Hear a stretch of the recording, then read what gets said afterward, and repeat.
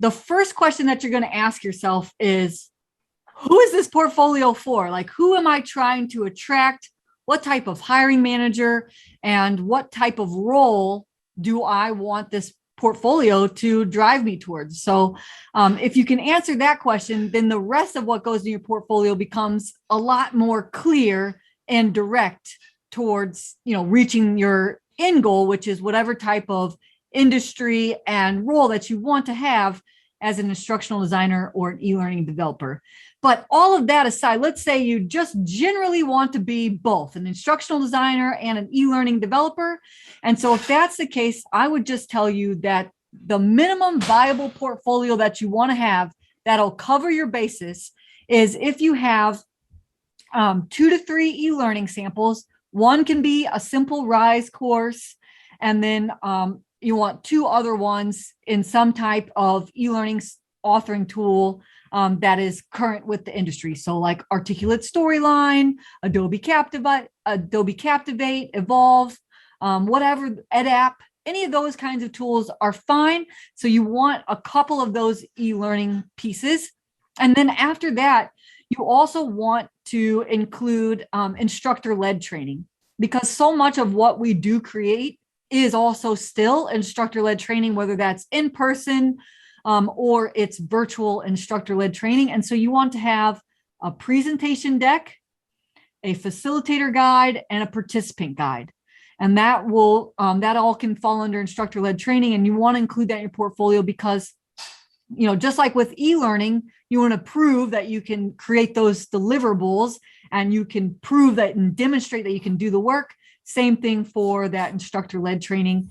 And then the other thing that I recommend is that you have some type of storyboard or instructional design document that shows that not only can you develop the end pieces of what it is that we do as idols, but you can go through the entire thinking process and design thinking that we go through to come up with those end solutions. And so there's, besides the instructional design documents and storyboards, you can also write up, your case studies for each of those artifacts that you create. So in summary, let me say it again, 2 to 3 e-learning, a presentation deck for instructor-led training, a facilitator guide, a participant guide, and then a job aid, and then some kind of learning creation documents, instructor-led, instructional design documents, storyboards, scripts, any of those types of things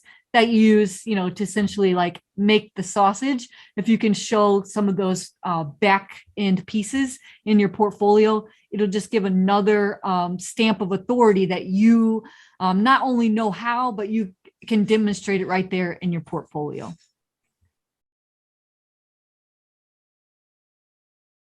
So when a hiring manager comes to a portfolio, they are usually one of 2 types of people. They're either already an instructional designer, usually a senior or a manager or a director or something like that, or they're not an instructional designer and they are an HR manager. Maybe they're the VP of human resources or some kind of other person that would do the hiring for that role or maybe even manage that role, but they have no experience. And so I tell you that because the 2 different types of hiring managers would look for different things. But generally, the thing that they look for that is similar is they look for work in a portfolio that is the same as the kind of work they would have you do on their job. So if they know that they are always creating these virtual instructor-led trainings, they're going to go to your portfolio and they're going to see, have they created something like this before? Because it validates for them that you really do know how to do the work that they want to hire you to do so that you can hit the ground running. Same with, if they're looking for an e-learning developer, they want to see your e-learning because they want to see that you develop e-learning in some of the same ways that they already do or better, right? It's like at least as good as they do it or better in your portfolio. And the reason why they do that is because that is our proof. So much of what we do as instructional designers is the work of, not only do we do like, the needs analysis and all that kind of stuff, but it's the creation, right? It's writing the scripts, the storyboards, developing the content. And so it's one thing, you can't just interview and figure out what those skills are. You have to see them. And so that's why if you can target that specific type of role, that specific type of industry that you want to work for, then it makes it easier to create the types of assets those hiring managers are looking for, because they're looking for what's already familiar to them. And so if you can show that in your portfolio, all the better, because they're really looking for your portfolio, not only to like hire somebody with your skills and those things, but also to mitigate risks, because it is a risk to go out and hire a stranger that you're going to pay to come and do work for you. And of course, if that doesn't work out for them, then they lose a lot of time, resources, money, and so on and so forth. And so the more that you can demonstrate and prove to them that, look, I'm already the person that you need, I can immediately start doing this work for you, the better.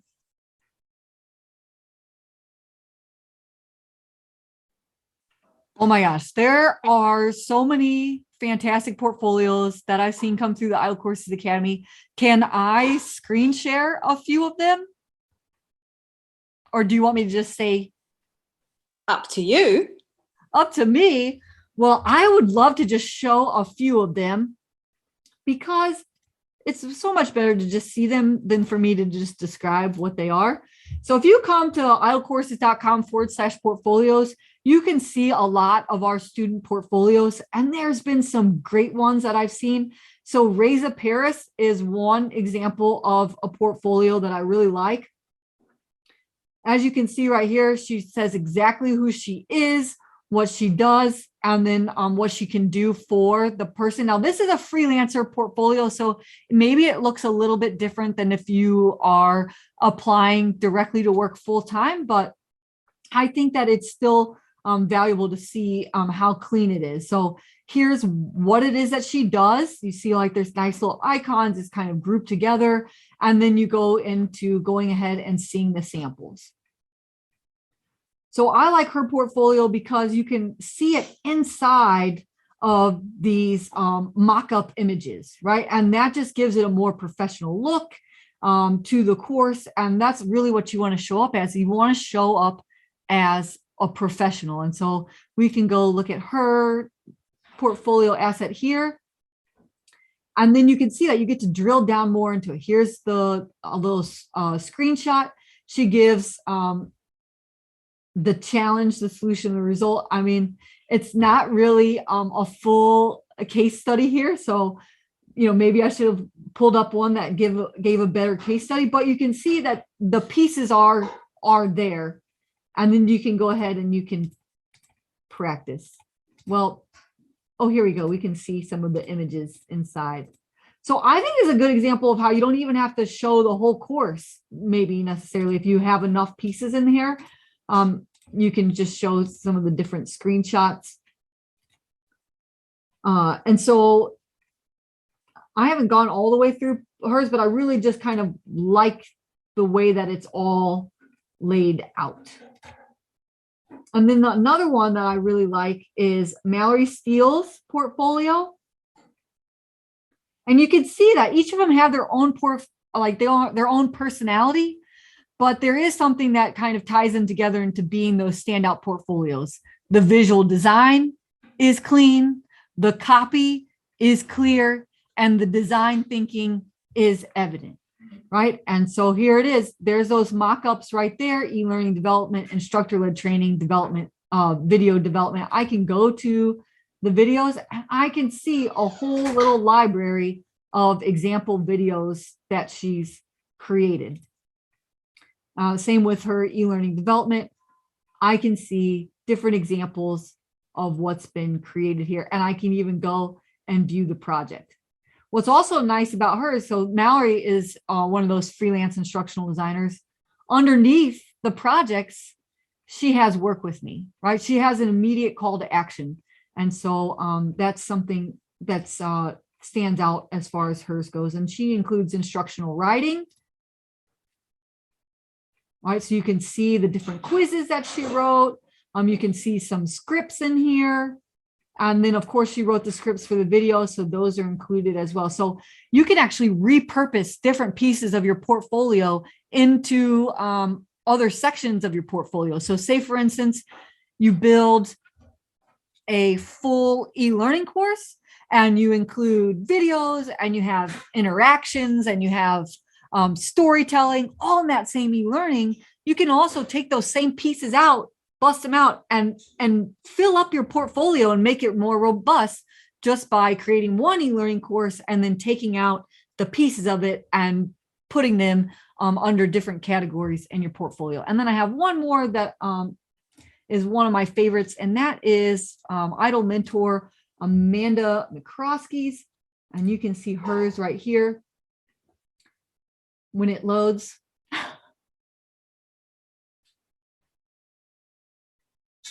All right, now what I really like about hers is that it's definitely like work first. And so you can see examples of each of the different types of things that you'll see in her portfolio right here on the page. And so the first thing that you're doing when you land on her page is diving into her portfolio assets. And so you can go to her e-learning one. And you can see the different types of projects. So you can go view the project.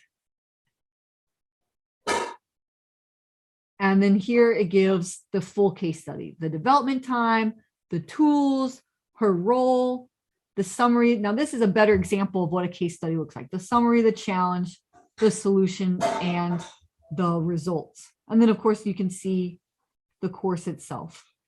I also really like about Amanda's, besides the fact that it is beautiful, is the achievement section. So all of the badges, certifications, things that she's earned that are, relate to the field of instructional design and e-learning development are included here on her page. And so that's just another level of credibility that I think that it gives Amanda.